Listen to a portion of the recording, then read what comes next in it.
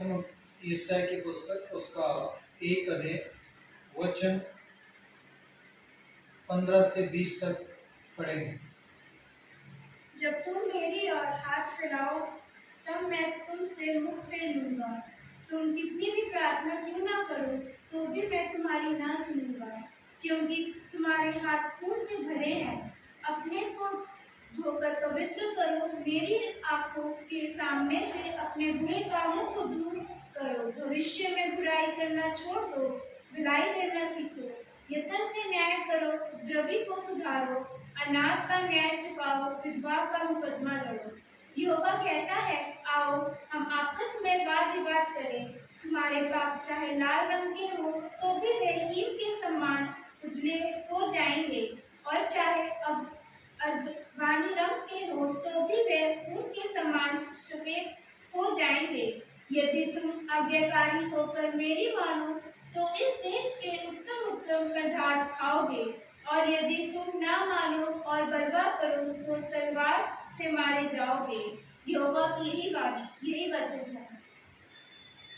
परमेश्वर के पवित्र वचन पढ़े और सुने जाने पर हम सबको आशीष मिले।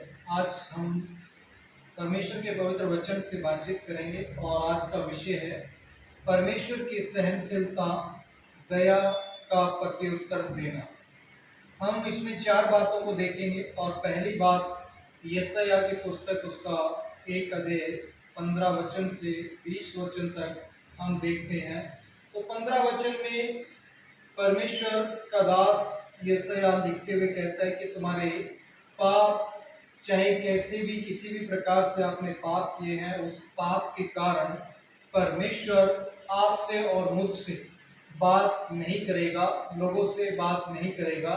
यदि पाप के साथ मन फिरा के बिना मन फिराए परमेश्वर के पास आएंगे और पाप के स्वभाव में हम आएंगे और पाप करने के लिए ही हम बार बार सोचते रहेंगे, और हमारा यही होगा कि हम यहाँ बैठे हैं या चर्च में आए हैं और चर्च में आने के बाद भी हम यहाँ से जाने के बाद हम अपनी मनमर्जी से काम करेंगे, तो वचन कहता है कि मैं उन लोगों की प्रार्थना को नहीं सुनूंगा। दुचितापन या मनुष्य के सामने कुछ है, वो बोलता कुछ है, सोचता कुछ है और करता कुछ है, ऐसे लोगों के लिए परमेश्वर का बिल्कुल क्लियर संदेश है और वो कहता है कि मैं ऐसे लोगों की प्रार्थना कभी नहीं सुनूंगा। वचन कह रहा है कि परमेश्वर अपने लोगों को बुरे स्वभाव से, बुरे विचारों से, बुराई से बदलने के लिए या मन फिराव होने के लिए कहता है कि तुम मन फिरा के मेरे पास लौट आओ तो मैं तब तुम्हें मदद करूंगा। क्योंकि परमेश्वर पाप के साथ और परमेश्वर के साथ दोनों के साथ हम रिश्ता नहीं रख सकते हैं। जब हम लोग पाप से मन फिराकर प्रभु के पास आते हैं तो ही परमेश्वर आपको और मुझे क्षमा करता है और वो हमें आगे बढ़ने के लिए मदद करता है। जो पहली बात है वो परमेश्वर हमें पापों से शुद्ध करना चाहता है, और पाप से शुद्ध होने के बाद ही हम लोगों को परमेश्वर हमें ग्रहण करता है। जब हम 18 वचन पढ़ते हैं तो इस वचन में कहा गया है कि परमेश्वर सदा लोभ विवाद नहीं करेगा। वो चाहता है कि मनुष्य के साथ बातचीत करके उसके पापों को शुद्ध करे और उसको सही शिक्षा दे करके उसको आगे बढ़ाए। वचन कहता है कि 19 में यदि तुम आज्ञाकारी होकर मेरी मानो तो इस देश के उत्तम उत्तम पदार्थ खाओगे, और यदि तुम न मानो और बलवा करो तो तलवार से मारे जाओगे। यहोवा का यही वचन है। हमें इस बात को गंभीरता से समझना है। यदि आप और मैं या अन्य कोई भी व्यक्ति परमेश्वर की आज्ञा का पालन नहीं करेगा तो परमेश्वर कह रहा है कि वो बेवजह अलग अलग प्रकार की मौत मर जाएगा। तलवार से भी मर सकता है, बीमारियों से भी मर सकता है और अन्य प्रकार की तकलीफें आने से भी उसका जीवन समाप्त हो सकता है। क्योंकि परमेश्वर कभी भी पाप के साथ समझौता नहीं करेगा। मनुष्य को यह आज्ञा नहीं देगा कि तुम पाप भी करते रहो और मेरे साथ भी चलते रहो, ऐसा नहीं होगा। हमें इस बात को गंभीरता से समझना बहुत जरूरी है। पहली बात यह है कि यशायाह की पुस्तक उसका 1 अध्याय 15 से 20 और दूसरी बात में हम प्रवेश करेंगे भजन संहिता वचन अध्याय 116 वचन 1 से 9 हम पढ़ेंगे। मैं प्रेम रखता हूँ इसलिए कि यहोवा ने मेरे गिड़गिड़ाने को सुना है। उसने जो मेरी ओर कान लगाया है, इसीलिए मैं जीवन भर उसको पुकारा करूँगा। मृत्यु की रस्सियाँ मेरे चारों ओर थी, मैं अधोलोक की सकेती में पड़ा था। भजन संहिता लिखते हुए प्रभु का दास एक प्रार्थना उसके मन और विचारों में आती है, और जब उसके मन और विचारों में आती है तो वो प्रार्थना प्रभु के सामने नम्र और दीन पापों का प्रायश्चित लेकर के जब जाता है, तो यहाँ पर प्रभु का दास कह रहा है कि मैं प्रेम रखता हूँ, और इसलिए कि यहोवा ने मेरे गिड़गिड़ाने को सुन लिया है। प्रेम रखने का मतलब कि हम एक दूसरे से जैसे हम अपने जीवन से प्रेम रखते हैं, वैसे ही हम एक दूसरे से प्रेम रखते हैं, तो ही प्रभु कहता है कि मैंने तेरी प्रार्थना को सुन लिया है। हमें इस बात को गंभीरता से लेना है। प्रार्थना सुनने का तरीका क्या है? निवेदन सुनने का तरीका क्या है? निवेदन सुनने का तरीका, प्रार्थना सुनने का तरीका नम्रता के साथ जब हम परमेश्वर के सम्मुख जाते हैं, तब ही परमेश्वर हमारी प्रार्थना को सुनता है और हमें उत्तर देता है। और दूसरी आयत में कहता है उसने जो मेरी ओर कान लगाया है, इसलिए मैं जीवन भर उसको पुकारा करूंगा। आप सोचिएगा, भजनकार लिखते हुए बोल रहा है कि उसने मेरी ओर, मेरी प्रार्थना की ओर कान लगा लिया है। क्या आप और मैं इस बात को कह पाएंगे कि हमारी प्रार्थना की ओर परमेश्वर ने कान लगाया है और वो हमारी प्रार्थना को सुनता है? जब जब आप लगातार कुछ अच्छा करने के लिए सोचेंगे तो तकलीफ वहां पर होगी। जब जब आप कुछ परमेश्वर के राज्य के लिए बड़ा करने का प्रयास करेंगे तो वहां पर बड़ी चुनौतियां भी होगी, और वहां पर आपको प्रार्थनाएं, निवेदन याद आएंगे कि मुझे परमेश्वर के पास जाना है मदद के लिए। और जब आप एक ही जगह रह करके अपने जीवन को जिएंगे तो आपको लगेगा कि बस वही हर दिन वही काम कर रहा हूं, तो मुझे कुछ इतना ज्यादा अच्छा नहीं लग रहा है। लेकिन आप कुछ न कुछ नया करने का प्रयास कीजिएगा, तभी परमेश्वर आपको प्रार्थना के, आराधना के, वचन के सब बातों के लिए मार्ग खोलेगा और आपको आगे बढ़ने के लिए प्रभु सहायता और मदद करेगा। इसलिए भजनकार तीसरी बात कहता है कि मृत्यु की रस्सियां मेरे चारों ओर थी, मैं अधोलोक की सकेती में पड़ा, तब मुझे संकट और शोक भोगना पड़ा। ऐसी स्थिति में संकट और शोक क्यों भोगना पड़ा? क्योंकि पाप की दशा में जब व्यक्ति जीवन जीता है तो ऐसी ही बातें उसके जीवन में, मन में, विचारों में और उसको प्रैक्टिकल होते हुए इसी प्रकार से दिखाई देती है। जब व्यक्ति दुख और तकलीफ में होता है तो उसको ऐसा लगता है कि मेरी मृत्यु नजदीक है। लेकिन भजनकार लिखते हुए वो कह रहा है कि 4 आयत में, तब मैंने यहोवा से प्रार्थना की, हे यहोवा विनती सुनकर मेरे प्राण बचा ले। आप ये देखिए, भजनकार कह रहा है कि विनती सुनकर मेरे प्राण को बचा ले।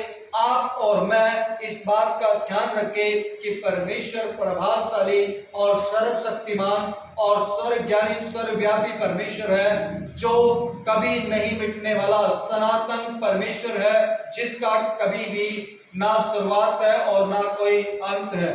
तो हम उस परमेश्वर की हम आराधना करके आगे बढ़ते हैं। हमें याद रखना है कि हमारा परमेश्वर अनुग्रहकारी है, दयालु है, और वही परमेश्वर हमें सहायता और मदद करता है और हमें आगे बढ़ने के लिए अनुग्रह प्रदान करता है। हमें याद रखना है कि परमेश्वर का आत्मा आपको और मुझे कह रहा है कि वो आपकी और मेरी मदद करना चाहता है। तो इसलिए हमें ध्यानपूर्वक, शांतिपूर्वक प्रभु के साथ चलना बहुत जरूरी है।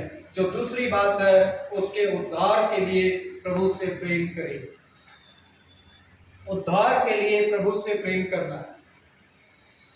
अगर हम लोग कुछ धन दौलत पाने के लिए प्रभु से प्रेम करेंगे तो परमेश्वर इस बात से खुश नहीं होता।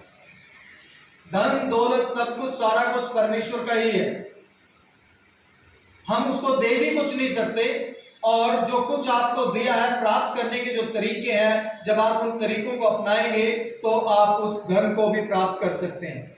और अगर आप बैठे बैठे सोचेंगे कि मेरे पास कहीं ना कहीं से खजाना आ जाए, तो इस प्रकार से खजाना कभी नहीं आता, धन कभी नहीं आता। धन के कमाने का, धन का इकट्ठा करने का, धन को अपने आप लेने का एक तरीका बनाया परमेश्वर ने। जब तक आप उस तरीके में काम नहीं करेंगे तो आपके पास में धन संपत्ति नहीं आएगी, क्योंकि आपको धन कमाने के बदले कुछ न कुछ देना पड़ता है। आपने अपने जीवन से लोगों को शिक्षा देना पड़ता है, लोगों को समय देना पड़ता है, लोगों की समस्याओं को सुनना पड़ता है, आपने काम करना पड़ता है कि उन लोगों के लिए किस प्रकार से कार्य किया जाए, कौन कौन सी बातें उनके लिए भली है, उनको मैं अरेंज करूं, उस मैनेजमेंट को तैयार करूं। उन सब बातों के लिए परमेश्वर कहता है कि जब आप वो करेंगे तो धन आपके पास आएगा। अगर आप वो नहीं करेंगे काम, तो धन आपके पास नहीं आएगा। बैठे बैठे प्रार्थना करने से भी धन आने वाला नहीं है, हमें काम करके दिखाना पड़ेगा, हमें कार्य को करना पड़ेगा, तभी जाकर के हमारे पास धन की जो आशीष है वो आएगी। तो इसलिए उद्धार के लिए परमेश्वर से प्रार्थना करें, उद्धार के लिए परमेश्वर से प्रेम करें। उद्धार ही है जो आप प्रेम करेंगे और आपको उद्धार मुफ्त में मिलता है। बहुत लोग सोना चांदी और अलग अलग प्रकार से काम करने से, कई लोगों का विश्वास अलग अलग बातों में है कि हम ये भेंट दे देंगे तो परमेश्वर हमें उद्धार दे देगा। भेंट देने से आपको उद्धार नहीं मिलता है। परमेश्वर प्रेम करने से और ईमानदारी और सच्चाई से चलने से आपको उद्धार मिलता है। और तीसरी बात में हम प्रवेश करेंगे, पहला पत्रस उसका 2 अध्याय, पहला पत्रस उसका 2 अध्याय वचन 1 से 5 पढ़ेंगे। इसीलिए सब प्रकार का भेदभाव और छल और कपट और धाम और निंदा को दूर करके नए जन्मे हुए बच्चे के समान निर्मल आत्मिक दूध की लालसा करो, ताकि उसके द्वारा उद्धार पाने के लिए बढ़ते जाओ, क्योंकि तुमने प्रभु की कृपा का स्वाद चख लिया है। उसके पास आकर जिसे मनुष्य ने तो निकम्मा ठहराया, परंतु परमेश्वर ने निकट चुना हुआ और बहुमूल्य जीवता पत्थर। हमें यहाँ पर बड़ी गंभीरता से सोचना है कि प्रभु कह रहे हैं कि सब प्रकार का बैर भाव और छल और कपट दूर करना है। देखिए, सब प्रकार का बैर भाव छल कपट दूर करने के लिए हमें बड़ी तकलीफ होती है। जिसके प्रति हमें नफरत होती है, उसी से प्रभु बोलता है कि उसके मन को, उसके प्रति जो नफरत है उसी को अपने अंदर से निकाल। और वही मनुष्य से होता नहीं, वही मनुष्य से नहीं होता है। और इसीलिए हम बार बार बार बार तकलीफ में जीवन जीते हैं, हम मानसिक रोगी बन जाते हैं। और मानसिक रोगी जब हम बनते हैं तो हमारे लिए तकलीफें बढ़ जाती है। जब हम वचन में यशायाह में पढ़ रहे थे कि तलवार से मारे जाओगे, तलवार से मारे जाने का मतलब ये नहीं है कि कोई आकर के हमारा गला काट दे। आपके विचारों से आपको ही ऐसा लगने लगेगा कि मैं अपने शरीर को खत्म कर लूं, तलवार से अपने गले को काट लूं। अलग अलग प्रकार के विचारधारा आपके अंदर आना शुरू हो जाती है। बहुत सारे लोग, आप लोग न्यूज भी सुनते होंगे, बहुत बड़े बड़े अधिकारी भी अपने आप को, जो उनके पास हथियार होता है, जिस हथियार से वो दूसरों को जो दोषी होते हैं उनको पकड़ते हैं और मारते हैं, तो उसी हथियार से कई बार वो ऐसे पाप कर लेते हैं, उसी से अपने आप को शूट कर लेते हैं।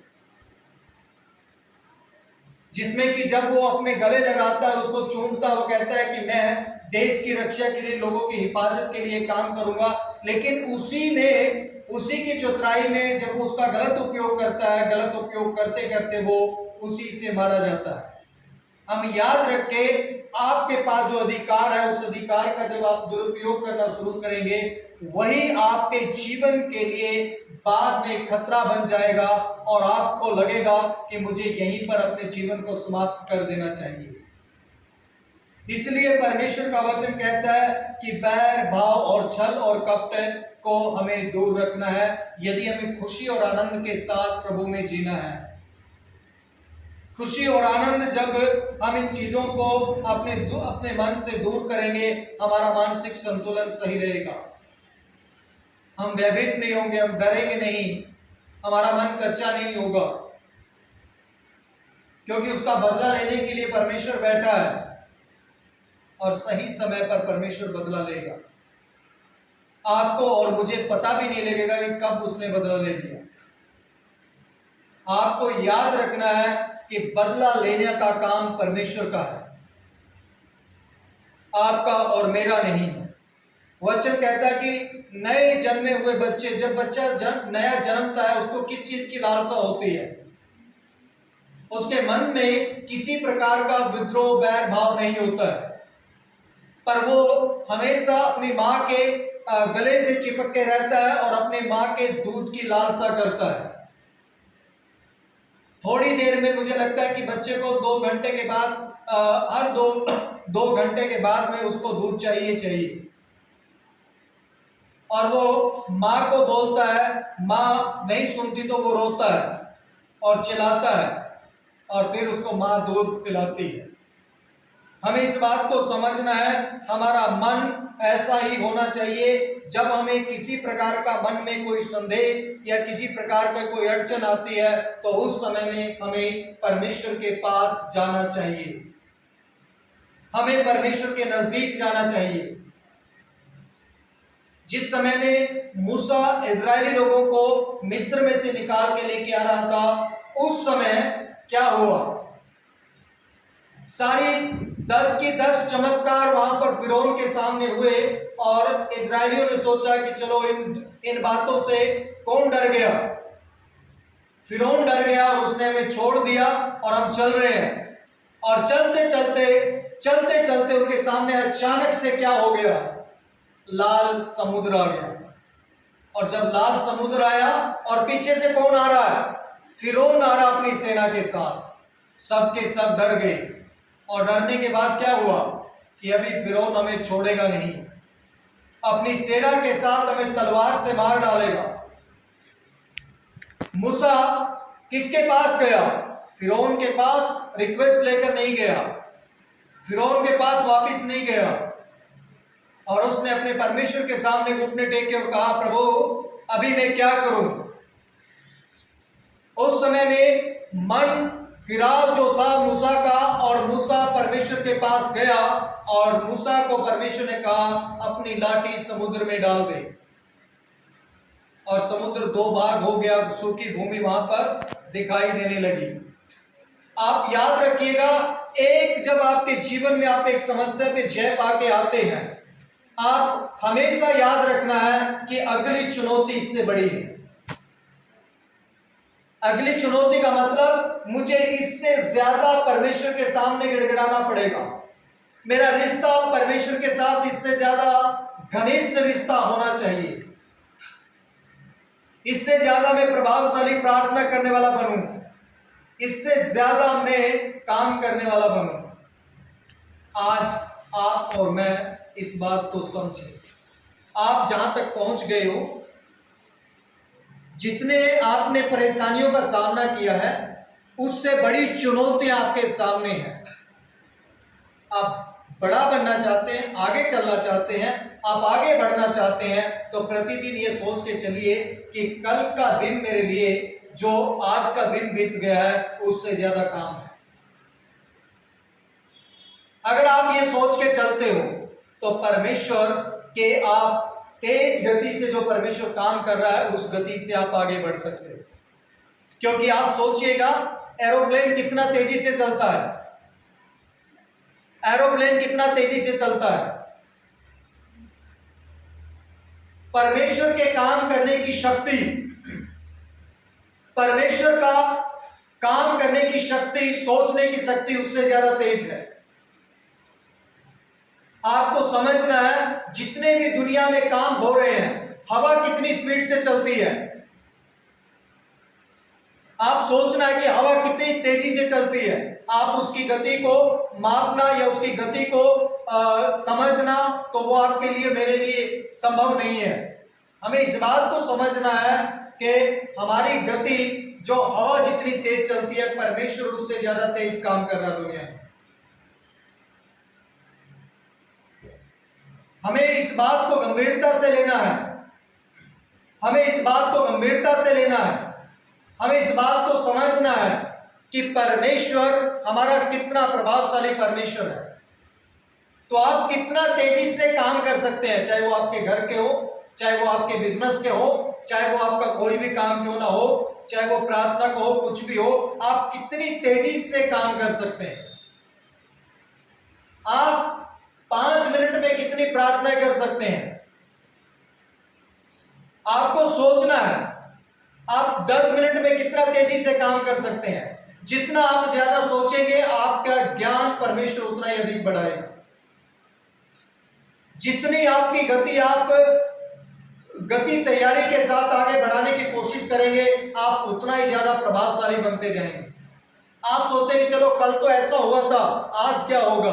आपको हमेशा याद रखना है कि आपकी गति सोचने की तेज होनी चाहिए, क्योंकि दुनिया में जितने काम हो रहे हैं, परमेश्वर उन सबसे ज्यादा तेज गति से काम कर रहा है। जितने बड़े से बड़े वैज्ञानिक विद्वान हुए हैं, उनकी सोच से कहीं तेजी से परमेश्वर की सोच है। आपको समझना है कि आप कितना तेजी से आगे बढ़े, आप कितना तेजी से आपका मन, विचार, सोच विचार को तेजी से काम करने के लिए आप उपयोग में लेकर के आए। परमेश्वर चाहता है कि आप प्रतिदिन तेजी दिखाएं, क्योंकि हमारा जीवन थोड़े दिन का है। हम थोड़े ही दिन में यहां से चले जाएंगे। 60, 70, 80 साल, 80 साल के बाद जिएंगे तो मुझे लगता है कि हम बोल भी नहीं पाएंगे कुछ। शायद हमारे बच्चे भी हमारी बात नहीं सुनेंगे, समझेंगे। वो कहेंगे इन्होंने और तंग कर दिया, इनकी बात ना कुछ समझ में आती ना कुछ होता, तो ये और सुबह शाम हूं करते रहते हैं। बच्चे ऐसा ही करेंगे, सोचेंगे। लेकिन बच्चों को यह भी समझना चाहिए कि जब बचपन में थे तो आपके तो मम्मी पापा समझते थे। हमें गंभीर होना है कि बैर भाव हमारे मन में नहीं होना है। नए जन्मे हुए बच्चे के समान हमें जीवन जीना है कि हमारे मन में से छल कपट को दूर रखना, क्योंकि जब हम रात को सो जाते हैं तो हमारा बैरी हमें नहीं दिखता, हम सो गए। परंतु आप सुबह उठते ही भूतकाल की बातों को, जो कठिन तकलीफ आपको दर्द दे रही थी, सुबह उठते ही आप उन्हीं को याद करने लगते हैं। यही सबसे बड़ी हमारी कमजोरी है। हम सुबह उठते ही ये नहीं सोचते कि प्रभु आज मैं उन कामों को जो आज करने हैं उनको कैसे करूंगा, क्योंकि यीशु मसीह जंगल में अपने चेलों को छोड़ करके अपने पिता से बात करते थे। सुबह वो कहते थे प्रभु पिता आज मुझे कौन कौन से काम करने हैं, मुझे अगुवाई कर। आप याद रखिएगा कि हो सकता है कल आपके साथ बात करने वाला व्यक्ति कोई ठीक आया हो, लेकिन आज उससे कठिन आ जाए,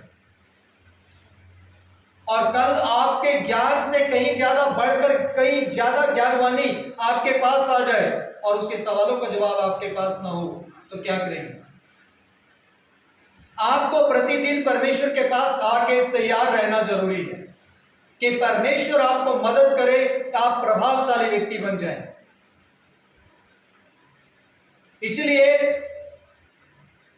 पवित्र आत्मा चेले पूछते हैं कि इन परिस्थितियों में जब यीशु बोलता है कि जेल खानों में डाला जाएगा, इसमें डाल दिया जाएगा, मेरे नाम के कारण तुम्हारे ऊपर श्राप होगा, तो अभी हम क्या करेंगे, उस समय क्या जवाब देंगे? वो बोल रहे कि पहले ही कोई कानून बना के लिख दो प्रभु कि वहां जवाब क्या देना है। परमेश्वर ने कहा, प्रभु यीशु मसीह ने कहा कि आप जब ऐसी परिस्थितियों में होंगे तो वहां पर आप जवाब नहीं देंगे।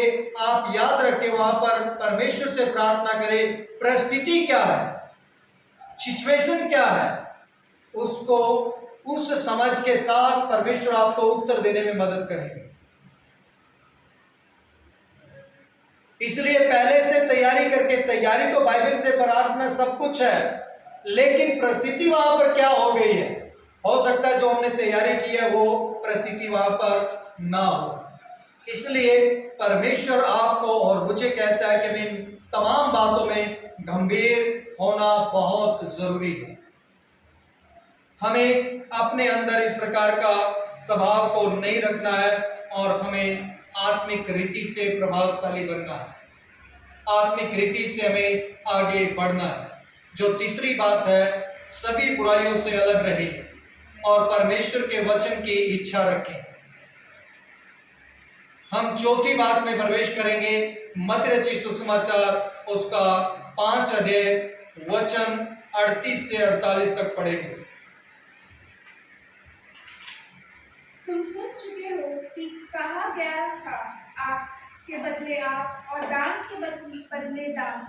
परंतु मैं तुमसे ये कहता हूँ कि बुरे का सामना ना करना, परंतु जो कोई तुम्हारे दाहिने गाल पर थप्पड़ मारे उसकी और दूसरा भी फेर दे। यदि कोई तुझ पर नालिश करके तेरा कुर्ता लेना चाहे तो उसे धोर भी लेने दे। जो कोई तुझे कोस भर बेगार में ले जाए तो उसके साथ दो कोस चला जा। जो कोई तुझसे मांगे उसे दे और जो तुझसे उधार लेना चाहे उससे मुंह ना मोड़। तुम सुन चुके हो कि कहा गया था, अपने पड़ोसी से प्रेम रखना और अपने बैरी से बैर। परंतु मैं तुमसे ये कहता हूँ कि अपने बैरियों से प्रेम रखो और अपने सताने वालों के लिए प्रार्थना करो, जिससे तुम अपने स्वर्गीय पिता की संतान ठहरोगे, क्योंकि वह भले और बुरे दोनों पर अपना सूर्योदय करता है। देखिए, परमेश्वर का वचन यहाँ कितनी स्पष्ट रीति से स्वयं प्रभु यीशु मसीह यहाँ पर अपने शब्दों को बोल रहे हैं। तुम सुन चुके हो, कहा गया था कि आंख के बदले आंख और दांत के बदले दांत।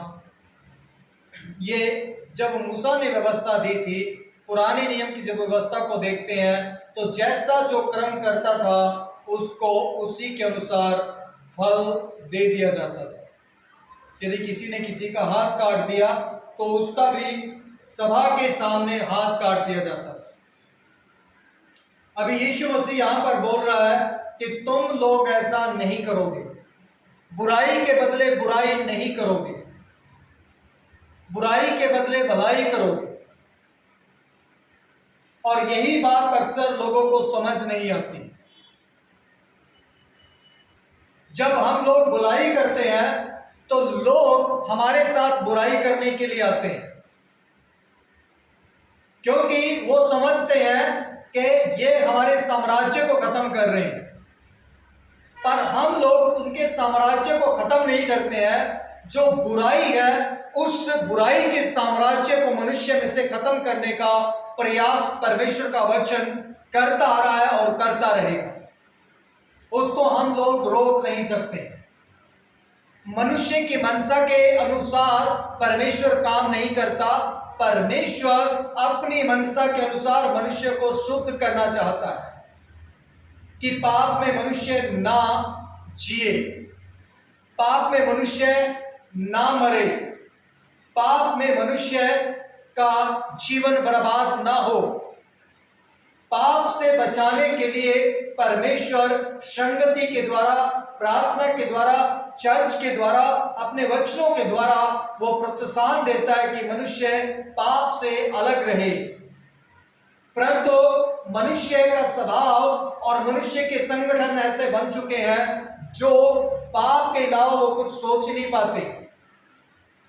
परंतु जो लोग पाप से दूर रहने की बात करते हैं तो उनका बहुत लोग अलग अलग प्रकार से विरोध करने के लिए उनके कामों में बाधा डालने का प्रयास करते हैं। पर ये लड़ाई में भी हम लोग कुछ नहीं बोल सकते। हम परमेश्वर से उन लोगों के लिए प्रार्थना करें कि जो लोग बुराई के साथ हमारे पास आते हैं, परमेश्वर उनके जीवन में भलाई उत्पन्न करे। हमें याद रखना है कि जो हमारे लिए बुरा सोच रहा है, जब हम उसके लिए प्रार्थना करेंगे कि परमेश्वर उसको मदद कर कि वो बुराई उसके जीवन में से निकल जाए, तो अवश्य है कि एक दिन उसके जीवन से बुराई खत्म हो जाएगी। आपकी प्रार्थनाएं उसके जीवन को बचने के लिए मदद करेगी। आप उसके लिए उलट नहीं सोचना है। वो कह रहा है कि आपसे कोई एक कुर्ता मांगे तो आप उसको क्या करो, अपना दूसरा भी दे दो। आप मना नहीं करना है। अगर आपके पास मदद करने के लिए कुछ है तो आप उसको मदद कर दीजिए। अगर मदद करने के लिए कुछ नहीं है तो आप उसको बुराई में भी ना देखें, उसके लिए प्रार्थना करें कि परमेश्वर आप उनकी मदद और सहायता कर, जिसके द्वारा वो आगे बढ़ जाए और आगे बढ़ पाए। खुदा का अनुग्रह, खुदा की सामर्थ आपको और मुझे बैर रखने से दूर रहने के लिए सचेत करती है। जब आप अपने मन में बैर रखेंगे, आप मानसिक रोगी होंगे, और मानसिक रोगी होने के कारण नीति वचन में लिखा है तुम्हारी हड्डियों का जूस, जो हड्डियों में जो ताकत होती है, तो वो खत्म होने लग जाती है और फिर धीरे धीरे करके आपको नाना प्रकार के रोग लग जाते हैं और वो आपको डॉक्टर तक ले जाते हैं। आप उसके लिए पैसा खर्च करते हैं, सब कुछ करते हैं, लेकिन फिर भी ठीक नहीं होते। कारण आपके मन की सोचने की शक्ति जब तक नहीं बदलेगी, जब तक आपका मन खराब नहीं होगा, तब तक आप उस बीमारी से छूट नहीं सकते। चाहे आप कितनी दवाई खाएं, मेडिसिन खाएं, कुछ भी करें, आपको अपने जीवन में मन खराब को लेकर आना पड़ेगा। जो बुराई जिसके प्रति नफरत सोचा जा रहा है, उस नफरत को आपने अपने आप को अलग करना होगा। तभी आप स्वस्थ रह सकते हैं, तभी आप आगे बढ़ सकते हैं, तभी आपके जीवन में परमेश्वर कार्य करेगा और तब ही आपकी प्रार्थना को परमेश्वर सुन के उत्तर देगा। आप जितना जिसको उलझाना चाहेंगे, उतना ही ज्यादा आप याद रखें अपने आप को उलझाने का षड्यंत्र कर रहे हैं, क्योंकि आपको और मुझे उलझाने के लिए नहीं बनाया। आपको और मुझे सीधा सीधा मार्ग एक दूसरे को बताने के लिए बनाया है, एक दूसरे के मददगार बनने के लिए कहा है प्रभु ने। हम लोग वो लोग नहीं बनने चाहिए जो संसार में एक दूसरे से बैर करते रहे और उन्हीं के समान सोचते रहे।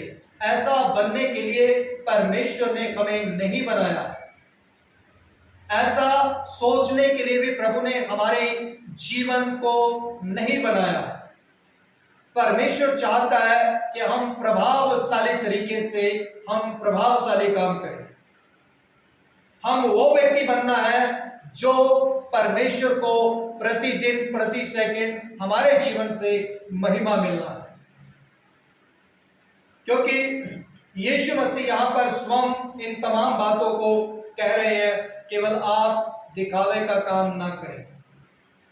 आपका विवेक आपको किसी के प्रति दोषी ना ठहराए। जब आपका विवेक आपको दोषी नहीं ठहराएगा तो याद रखिएगा, आपकी प्रार्थना सुनने के लिए परमेश्वर अपने कानों को लगा देगा। आप तेजी से चलते चलते भी प्रभु से कुछ बोलेंगे तो आप चलते चलते बोल दिया तो आप याद रखिएगा परमेश्वर वही सुनकर आपकी मदद करेगा। क्यों? क्योंकि आप अपने लिए नहीं बल्कि आप दूसरों के लिए भी सही कर रहे हैं। मार्ग उसी के लिए खोलता परमेश्वर जो दूसरों के लिए भी काम करने के लिए तैयार हो। प्रियो, आपको और मुझे गंभीरता से समझना है। आपको और मुझे परमेश्वर के साथ चलना है। आपको और मुझे परमेश्वर की महिमा करना है। हमें बदला लेने के लिए विचार नहीं करना है। हमें प्रार्थना करना है और प्रार्थना हे परमेश्वर ही उनका बदला लेंगे। हमें मन फिरा हुआ व्यक्ति बनने की जरूरत है। हमें परमेश्वर के साथ चलने की आवश्यकता है ताकि हम परमेश्वर को धन्य कह सके। जो 48 वचन है उसमें लिखा इसलिए चाहिए कि तुम सिद्ध बनो जैसा तुम्हारा स्वर्गीय पिता सिद्ध है। हमें याद रखना है, हमें पहले और अंतिम बात सोचना है कि हमारा स्वर्गीय पिता क्या है? सिद्ध है। हमारा परमेश्वर सिद्ध है, उसमें कोई खोट नहीं है। वो कोई किसी प्रकार के नशे या कुछ ड्रिंक ऐसा नहीं करता है, वो शुद्ध है। इसलिए आपको और मुझे भी अपने विचारों में शुद्ध रहना है। आपके विचार शुद्ध रहेंगे तो परमेश्वर आपकी प्रार्थना सुनता जाएगा। अगर आपके विचार शुद्ध नहीं है तो आपकी प्रार्थनाओं में रुकावट आएगी। तो फिर से उस वचन को मैं याद दिलाता हूं। यशायाह जब हम पढ़ रहे थे, वचन कह रहा है कि अगर पाप और हमारा मन के साथ हमारा शुद्ध नहीं है मन, तो हमारी प्रार्थनाएं प्रभु नहीं सुनेगा। हमें अपने मन को शुद्ध रखना है। जब हम मन को शुद्ध रखेंगे हमारी प्रार्थनाएं सुनेगा और हमारे ऊपर अपनी करुणा को और अधिक बढ़ाएगा। हमें याद रखना है कि परमेश्वर का आत्मा आपको और मुझे मदद करता है कि हम आगे बढ़ सकें। आइए हम अपनी आंखों को बंद करें, अपने सिरों को झुकाएं और हम अपने स्थान पर खड़े हो जाएं और कुछ क्षण के लिए सोचें कि परमेश्वर क्या चाहता है।